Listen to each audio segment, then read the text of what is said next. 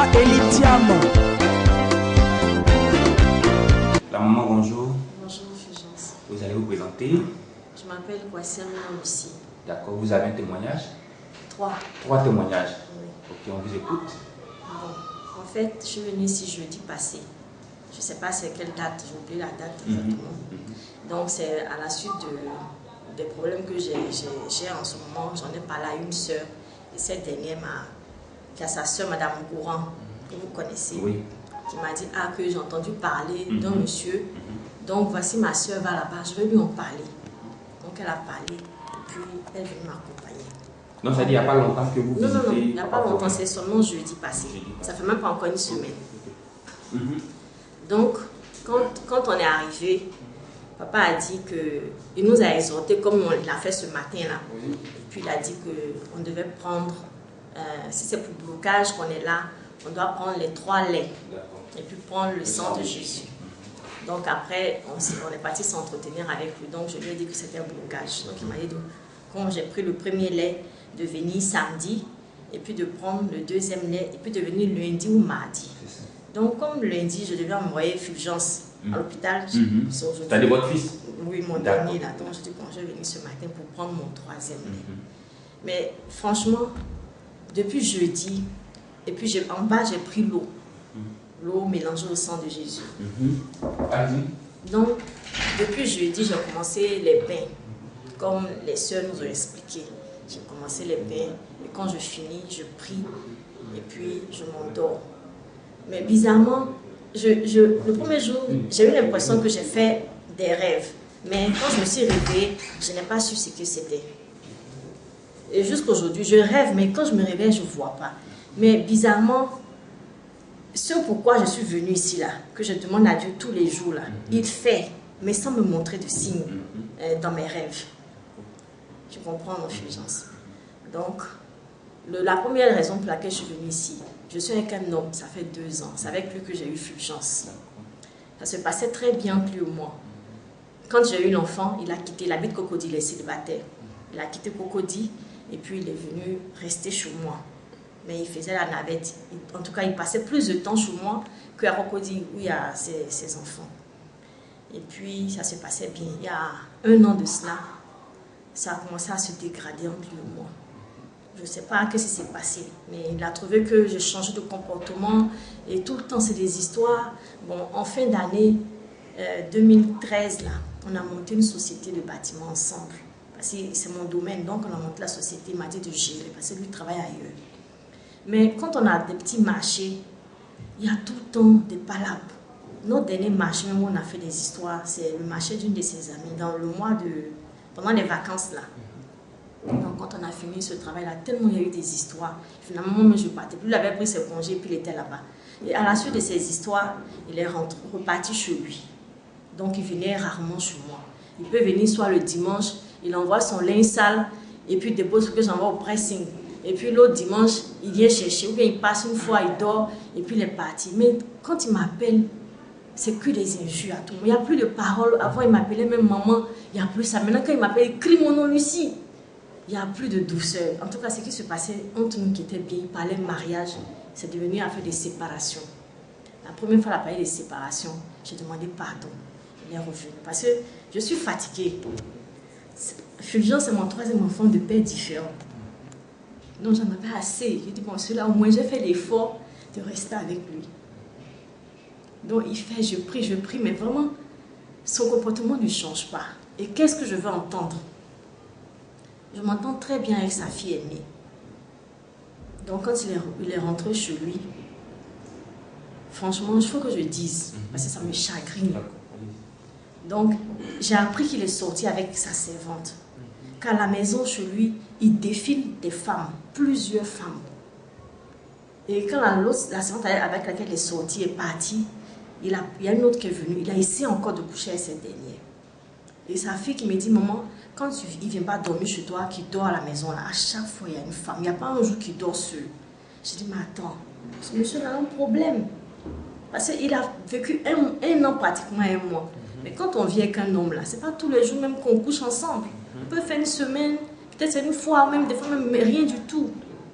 Mais que tous les jours dans mes femmes, c'est que le monsieur a un problème. Mais moi, ce n'est pas de mon enfant. C'est vrai, je l'aime. Mais je veux qu'il sorte de là. Donc, il faut que je trouve une solution. Dieu merci, j'ai rencontré, j'en ai parlé à ma soeur qui m'a dit, ah, voici ce que j'ai entendu parler du monsieur. Qu'il y a une autre soeur qui est venue prendre le sang de Jésus là, à donner à ma nièce. 3 jours après, son mari qui voulait la quitter là, est en train de parler de mariage. Et comme entre vous, ça ne va pas, elle a eu à parler avec lui, mais elle s'est rendue compte que c'est différent. Mais Lucie, il faut mettre en prière. C'est Dieu seul qui peut toucher le cœur du monsieur. Mais ce qui me dérangeait là, c'est les histoires de femmes. Il me dit qu'un homme qui traîne derrière les femmes comme ça, c'est pas bon. Tu comprends? Et c'est là que Madame Goura m'a accompagnée. Quand je suis venue, papa a dit de prendre le lait, puis de prendre le sang de Jésus. Donc on a mis le sang de Jésus dans l'eau que la soeur en bas m'a donné. Donc le même jeudi là, j'ai aspergé. D'abord, dès que je suis retournée au Remblai, j'ai aspergé toute la maison. Et puis, le soir, je me suis lavée, j'ai prié. Donc c'était jeudi. Vendredi, la soeur qui est au kiosque m'a dit, comme il y a jeûne à fruits, il faut venir. Je suis venue vendredi, j'ai jeûné, j'ai payé les fruits, je suis venue. On a fini, je suis partie. Le samedi, elle a dit à prier, donc je suis venue. Ça passait, je devais venir prendre mon 2e lait, donc je suis venue. En tout cas, quand je suis venue, un temps, avec sa fille qui échangeait avec moi, qui me dit les choses, il ne se parle pas depuis quelques jours. Il ne parle pas à sa fille. Son école, même cette année-là, il n'a pas encore payé l'école. Tout ça parce que la servante à laquelle il est sorti, là, il devait payer. Elle est tombée malade, il l'a envoyé en clinique. Ils ont pris tout son argent. Donc, ça faisait partie d'un de mes sujets. En plus de ce fait qu'il vagabonde sexuellement, je voulais qu'il se réconcilie avec sa fille. Tu comprends? Donc, c'était les 2 sujets vraiment les plus importants. Du blocage, il y a beaucoup de choses dans le blocage. Il y a les enfants, il y a tout. Mais c'était les 2 sujets-là. Quelqu'un qui parle mariage et puis aujourd'hui il parle séparation.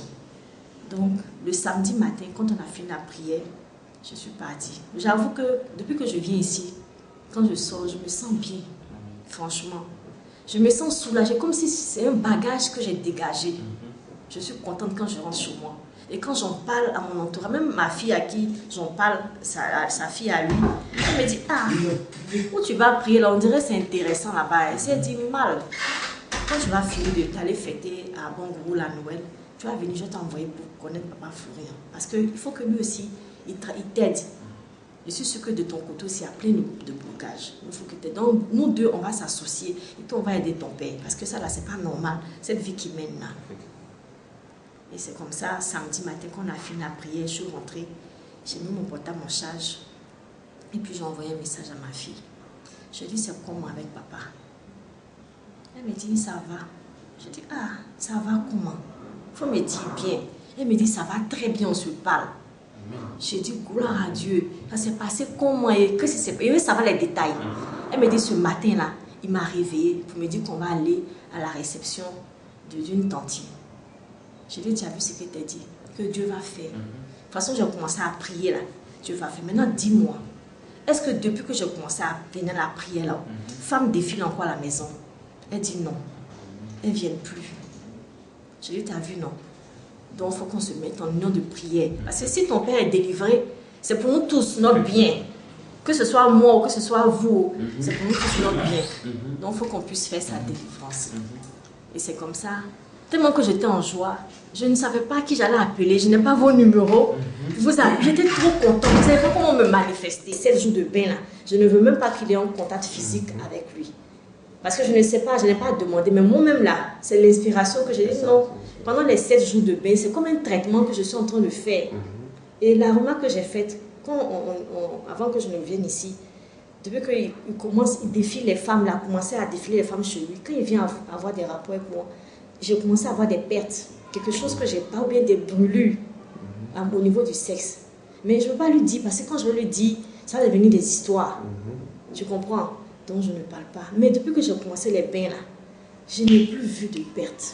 Tout est parti. Tout est parti. Subitement, tout est parti. Donc je me suis dit que c'est le résultat des bains là qui est en train de laver mon corps. Ils disent dans les témoignages là, c'est fort, parce que moi-même j'ai expérimenté.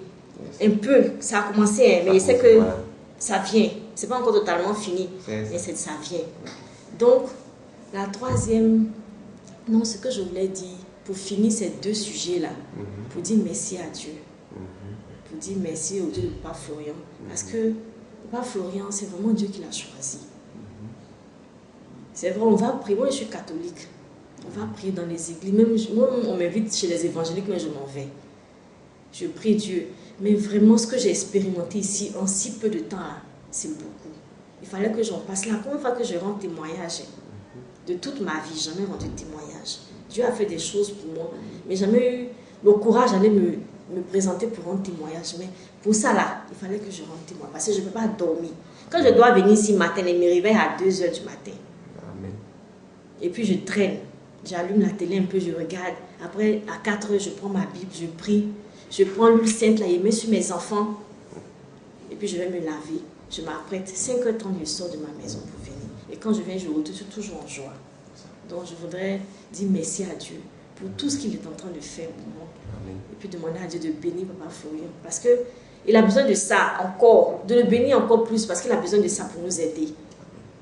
Maintenant, mon dernier témoignage, c'est une guérison. Une guérison. Il y a quelques années de cela, j'ai eu un choc émotionnel. Comme je t'ai dit là, je me suis promenée beaucoup. Donc, je cherchais à me marier. Je suis tombée sur quelqu'un qui était célibataire. Mais vraiment, ce n'était pas la bonne personne. Donc, il a eu à me dire quelque chose qui m'a tellement fait mal que j'ai pleuré pendant 2 jours. Et à la suite de ça, ma tension a pris un coup. Et puis, j'ai eu une paralysie faciale. Peut-être pour ceux qui ne savent pas, quand tu me regardes, il reste ma langue qui est paralysée. C'est la grâce de Dieu. Pour ceux qui ne savent pas ce que c'est la paralysie, c'est quand la bouche est tordue. Donc, quand ça m'a paralysé le côté de la figure, ça a touché l'œil, cet œil-là. Donc, Dieu merci, j'ai eu un bon médecin, c'était un chrétien. Il m'a aidé, il m'a soigné, vraiment il m'a beaucoup soutenu. Et avec la prière, j'ai pu retrouver l'usage de la bouche. Mais l'œil a pris un coup. Donc, on a dû me prescrire des lunettes. Mais depuis ce temps-là, même quand je veux ouvrir les yeux grandement, j'arrive pas. On sent que l'œil a été paralysé. Comme quand la tension paralyse les membres, l'œil a été paralysé. Même quand je ris, on sent qu'un ne se ferme pas bien. Celui qui était malade, parce qu'il n'est plus guéri, il ne se ferme pas bien. Mais samedi, à la prière ici, papa a pris le parfum, qu'il a mis le sang de Jésus dedans. Il a aspergé la salle. Moi, j'étais assise. Moi, je ne sais pas bien danser, hein, donc j'étais assise. Et puis, il y avait 2 femmes autour de moi. Donc, quand il a aspergé, j'ai reçu quelques gouttes sur le visage. Et puis, j'ai pris, j'ai frotté mon visage. J'ai dit merci à Dieu pour ce qu'il est en train de faire pour moi. Et puis, on a fini. Tout le monde était content. Après, j'ai dansé, j'ai pris mon calendrier, j'ai fait mon offrande. Je suis partie à la maison. Mais dans le bac que j'ai pris, Madame Ngouran, quand je suis descendue, j'ai eu un vent qui a soufflé dans mon œil. Mais ici, derrière, il y avait ressenti quelque chose quand j'ai reçu les gouttes de parfum. Mais quand je suis descendue du bac, j'ai ressenti du vent traverser l'œil. Alors que c'est quelque chose que je ne ressentais pas sur ce œil-là. Donc, sur le chemin, je me suis dit, ah, Seigneur, qu'est-ce qui est en train de se passer? C'est la guérison que j'ai reçue. Ça doit être ça, forcément. Donc, il faut que j'aille demander à ma fille. Donc, c'est ma fille, quand je viens prier, c'est ma fille qui va ouvrir mon magasin. J'ai fait une quincaillerie, c'est là qu'il y a l'entreprise. Donc, ma fille allait ouvrir le magasin. Je l'ai trouvé là vers 11 h. J'ai dit, Ami. Puis, je suis allée déposer d'abord le calendrier dans mon bureau où je m'assois. Puis j'ai prié, j'ai dit, je te dépose ici, pour que tu veilles ici. Et que ta présence là, apporte beaucoup dans cette maison. Puis je suis sortie de mon bureau. J'ai trouvé ma fille dans le showroom. J'ai dit, mais dis-moi, Ami, elle s'appelle Ami, regarde mon œil là. Et puis j'ai ouvert grandement. Elle dit, c'est bien. Non, mais c'est bien ouvert. J'ai dit, oui. J'ai reçu la guérison. Donc, depuis samedi, là, je ne fais qu'ouvrir grandement les yeux. En tout cas, la manière dont ça ne se fermait pas, parce que même quand je fermais, ça se fermait à moitié. Bon, aujourd'hui, là, j'arrive à fermer les yeux. Vous allez fermer les yeux, moi, je vois, parce que là, en session, voilà, vraiment, les yeux sont vraiment fermés. J'arrive à fermer voilà. correctement.